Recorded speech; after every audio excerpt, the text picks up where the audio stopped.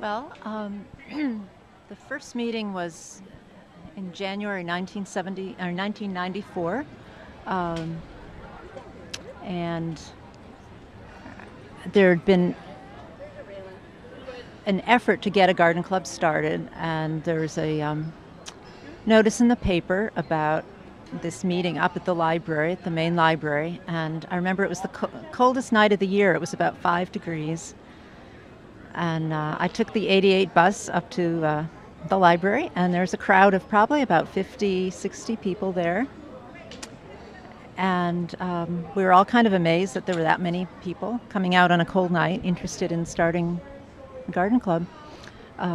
Many of the people there, or a number of the people there, had been winners in the garden awards that had happened in the 90s. It was the Arts Council at the time that was doing those. From the first meeting, I guess, until now, I've done different things. I've gone to most of the meetings and helped out at the plant sale. I was a secretary for a while. Now I'm the one of the co-editors of the newsletter.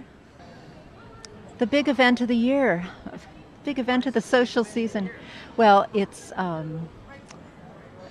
takes place in Davis Square, usually the third week of September, and it's very, it's our major fundraiser, but we have sometimes thousands of plants donated by members, mostly by members from their gardens, and there's just so much enthusiasm, and we get people from all over the place coming just to see what we have, get a good deal, get information on gardening, perhaps getting plants that can solve some problem in their yard. We participate at a lot of events like ArtBeat. We have a table set up, and our meetings are open to the public, so anyone can come. And we also have sites around the city that we maintain, garden sites. They're the main library, the West Branch Library. There's a site along the bike path. We have a site at Powder House that we actually don't do that much at anymore. There have been a couple of sites that we've had for a while that we no longer have. Changed. Things have changed. I think one of the sweetest things I ever saw was this past September, a garden club volunteer actually talking to two young men about growing African violets, and I think, and they both ended up buying them, and it was just like, oh my gosh, that's wonderful,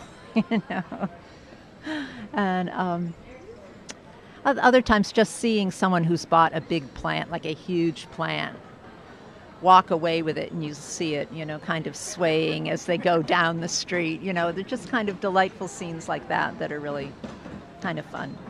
I think the biggest change has been affordability. I mean, my husband and I moved here because it was cheap. It was cheap to move here, and we were in pretty low-paying jobs, and it was also, I can remember when we first moved into our apartment here in Davis Square, telling people where we lived, and they'd say, where? And now it's like, whoa, and it's like, yeah, totally different. And actually, I remember the first time I saw Davis Square. It was probably I think it was 1980, and we were living in another part of Somerville, and I had a temp job down off Holland Street, and I was walking, and I just walked through Davis Square, and I thought it was so charming because it was like a little town. It was not like Cambridge or any other place that I had seen. in this area, and there were all these little mom and pop stores, of course, which are many of them, most of them no longer here. Sleepy LaBeef, Sleepy LaBeef. Well, I saw Sleepy LaBeef numerous times at Johnny D's. Loved him. Yeah. The one word that describes Somerville to me is home. Kind of my second home. She's speechless.